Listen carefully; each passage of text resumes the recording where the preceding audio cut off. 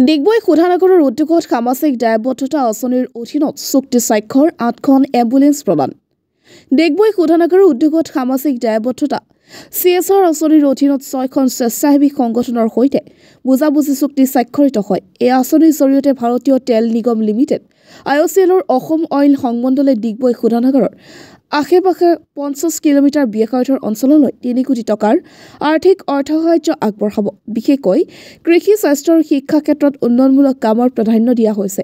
সামাজিক দায়বদ্ধতা আঁচনি IOCLৰ গুৰুত্বপূৰ্ণ পদক্ষেপ। এই উদ্যোগৰ অংশস্বৰূপে শোধানাগাৰে অঞ্চলটোৰ চিকিৎসা সেৱা অধিক উন্নত কৰিবলৈ 8খন এম্বুলেন্স প্ৰদান কৰে।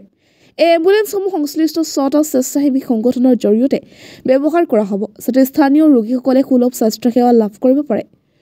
চুক্তি স্বাক্ষৰ অনুষ্ঠানত গণমান্য ব্যক্তিসকলৰ উপস্থিতি ডিগবৈ শোধানাগৰৰ গোল্ডেন জুবিলি কমপ্লেক্সৰ সভাকক্ষত অনুষ্ঠিত এই বিশেষ অনুষ্ঠানত IOCLৰ কাৰ্যবাহী সঞ্চালক তথা ডিগবৈ শোধানাগৰৰ মুৰব্বী ৰাহুল প্ৰশান্ত, ডিগবৈ বিধানসভা সমষ্টি বিধায়ক সুৰেন ফুকন, অসম সংমণ্ডলৰ উচ্চপদস্থ বিষয়াসকল কমল বসুমতাৰী, ধনজিৎ বৈশ্য, সূৰ্যদীপ দিহিঙীয়া উপস্থিত থাকে। লগতে তিনিচুকীয়া জিলাৰ অতিৰিক্ত উপায়ুক্ত ডক্টৰ মন্দিৰা বৰুৱা, চিন্ময় পাঠক, ডিগবৈ বন সংমণ্ডল প্ৰাধিকাৰী টেচি ৰঞ্জিত ৰাম, মাৰ্ঘিতা সমজিলা আয়ুক্ত পৰীক্ষিত থাউদাম আৰু অন্যান্য বিশিষ্ট অতিথিসকলো অনুষ্ঠানত উপস্থিত থাকে। এই চুক্তিৰ জৰিয়তে ডিগবৈ শোধানাগাৰে অঞ্চলটোৰ উন্নয়নৰ ক্ষেত্ৰত এক গুৰুত্বপূৰ্ণ পদক্ষেপ গ্ৰহণ কৰিছে বুলি IOCLৰ বিষয়াসকলে ব্যক্ত কৰে। অঞ্চলটোৰ স্বাস্থ্য, শিক্ষা আৰু কৃষি ক্ষেত্ৰত এই উদ্যোগে স্থায়ী পৰিৱৰ্তনৰ কাৰণে আশা কৰা হৈছে। ডিগবৈৰ পৰা ব্ৰিজ সাগৰৰ report, north east frontier news. IOCLে প্ৰায় 3 কোটিতকৈ অধিক টকাৰ বিশেষকৈ স্বাস্থ্য কেন্দ্ৰত যথেষ্ট তেওঁলোকে আজি সামগ্ৰী বিতৰণ দিছে। আছে এম্বুলেন্স আছে, কেইবাখনো আমাৰ বিশেষকৈ TB মুক্তৰ কাৰণে বা মহিলাসকলৰ যিখিনি সমস্যা আছে বা আমাৰ 6খনকৈ MU চুক্তি হৈছে। বিশেষকৈ এটা কথা ক'ব লাগিব, শিক্ষা, স্বাস্থ্য আৰু কৃষি এই ক্ষেত্ৰত ডিগবৈ IOCLে যথেষ্ট সহযোগিতা আগবঢ়াইছে।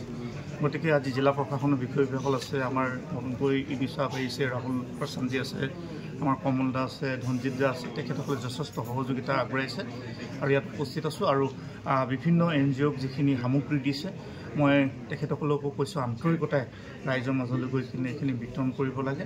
আৰু আমাৰ যিখিনি এতিয়াও ভিতৰুৱা অঞ্চল আছে, গ্ৰাম্য অঞ্চল, চাহ বাগিচা অঞ্চলৰ এটা এৱাৰনেছ প্ৰগ্ৰেম কৰিব লাগে।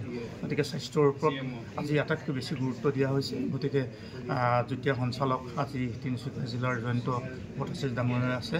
গতিকে মই আশা ৰাখিছোঁ অহা দিনবিলাকত যিখিনি বিশেষকৈ আজি গ্ৰাম্য অঞ্চল, চাহ বাগিচা অঞ্চল বা আমাৰ টাউনশ্বিপত যিবিলাক আমাৰ স্বাস্থ্য কেন্দ্ৰ আছে, ইয়াত যিখিনি ইকুইপমেণ্ট দিয়া হৈছে, তেওঁলোকে যথেষ্ট কাম কৰাৰ ক্ষেত্ৰত তেওঁলোকে এটা ত্বৰান্বিত গতিৰে যাব বুলি মই আশা কৰিছোঁ।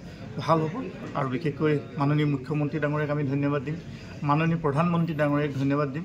আৰু যেতিয়াৰ পৰা প্ৰধানমন্ত্ৰী ডাঙৰীয়াই বিশেষকৈ আমাৰ নৰেন্দ্ৰ মোদী ডাঙৰীয়াই 2014 বৰ্ষৰ পৰা প্ৰধানমন্ত্ৰীত্বৰ দায়িত্ব ল'লে, তেতিয়াৰ পৰাই সামাজিক দায়বদ্ধতাৰ ক্ষেত্ৰত এখন বহল ভিত্তিত এটা পৰিসৰ পালে। আৰু ডিগবৈত আগতে তেনেধৰণে পোৱা নাছিল, কিন্তু 2014 বৰ্ষৰ পৰা সামাজিক দায়বদ্ধতাৰ কাৰণে যথেষ্ট কাম কৰিছে CSR ফালৰ পৰা। গতিকে এই মুহূৰ্তত মই সকলোকে ধন্যবাদ দিছোঁ। Thank U.